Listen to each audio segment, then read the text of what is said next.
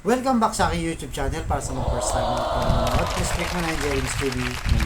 Anyway guys, wala nang bayad o libre lang. Tulong mo na lang din sa kapwa mo. Alright, thank you very much po. So topic natin yung po today's reflection.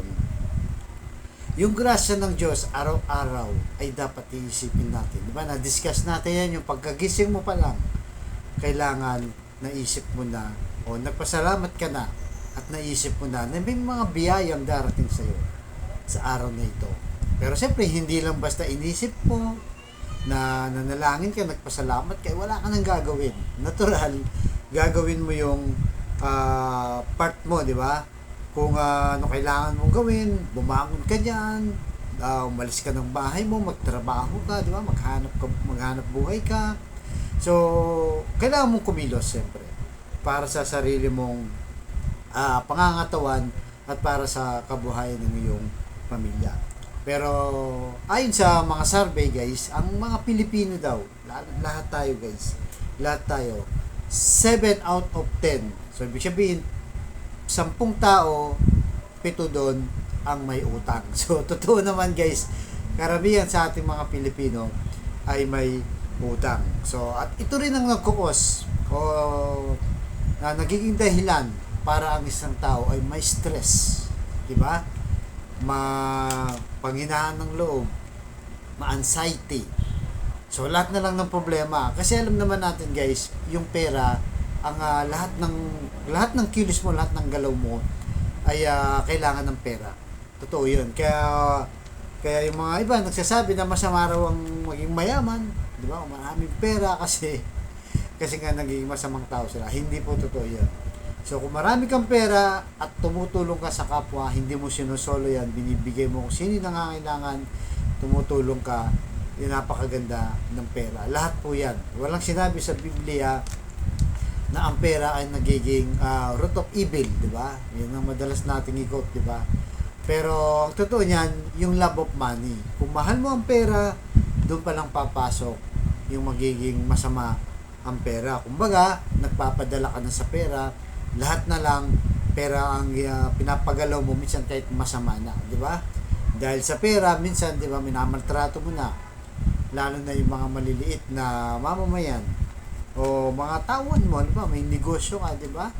Dahil sa pera ayaw mo nang ibigay yung kanilang tamang sweldo, kaya pumapasok naman sila sa tamang oras at lumalabas naman sa tamang oras pero ina-underpaid mo, minsan di mo pa binabayaran yung mga benefits nila kagaya ng SSS at kung ano pa mga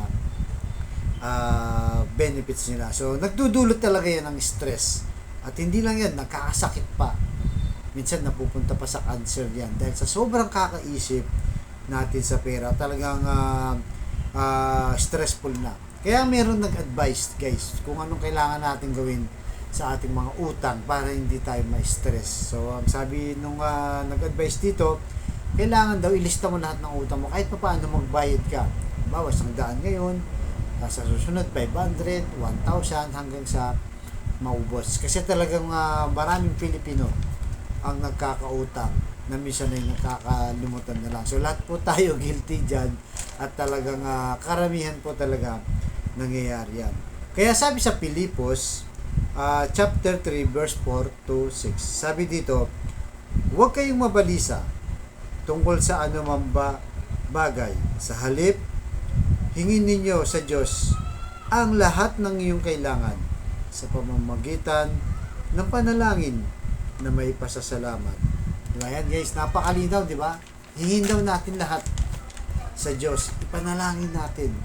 Pero kailangan may pasasalamat. So, ibig sabihin, lahat ng kailangan natin, siya nang bahala, ipoprovide niya na ng ating Diyos. At siyempre, dapat may relasyon tayo sa Diyos. Hindi naman po pwede yung wala ka naman pakialam sa Diyos tapos hihi ka pa ng hingi ng grasya o ng biyaya. Kaya yun po ang nating laging isipin kasi talagang pagka inisip natin yung pera, di ba? Talagang apektado po ang buhay natin. Kaya ang gawin natin guys, unang-una yun na, paggising mo, magpasalamat ka na, humingi na tayo ng biyaya at nakaabang na yung biyaya.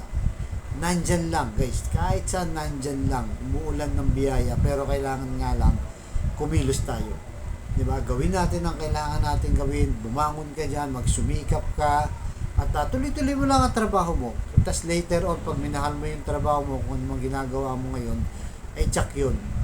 Dadaloy na yung pagpapala ng Diyos. Kaya kung mag-aalala ka pa, hindi na yun nakakatulong di ba? So halimbawa guys, alam naman natin, di ba? Bayaran ng kuryente, ng tubig, ng bahay, lahat yan. Imbis na isipin mo na yan, gawin mo na lang kung anong kaya mong gawin. Kung may kailangan extra income, gumawa ka ng paraan. Mag-iba ka ng, o dagdagan mo yung ginagawa mo ngayon. Ba? May trabaho ka na, kulang pa, pwede magtinda-tinda ka ng barbecue, mag-online ka, at kung ano-ano pa.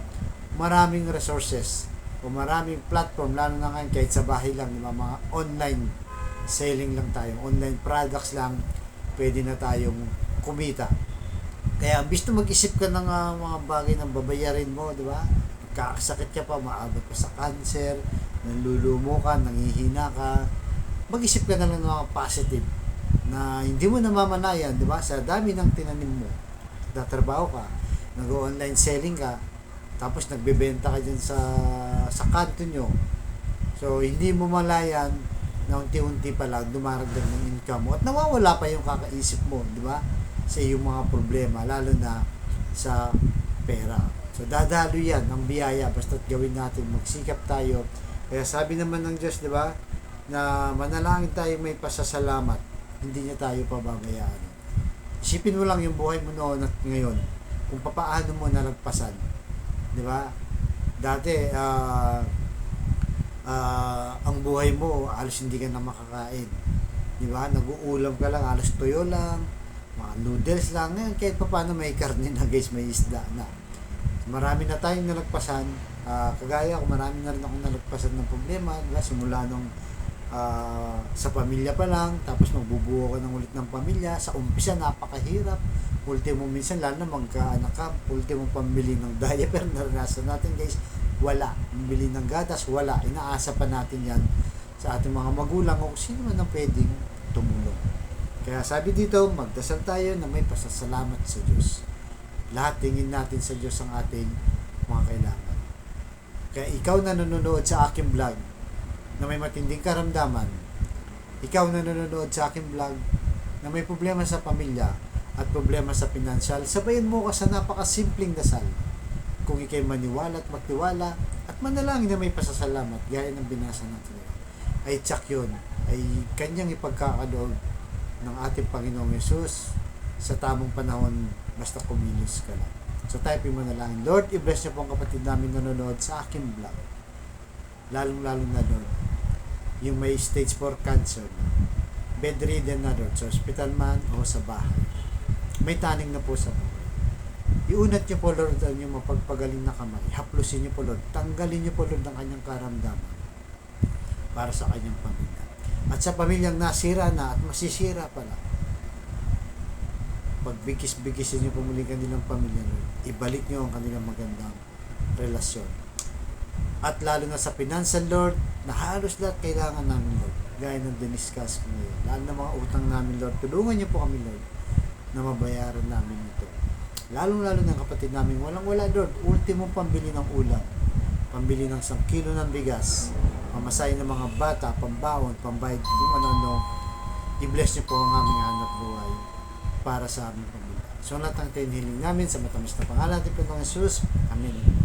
To God all be the glory. Sa ngalan ng Ama ng Anak ng Diyos po, Santo. Amen. Thank you very much po.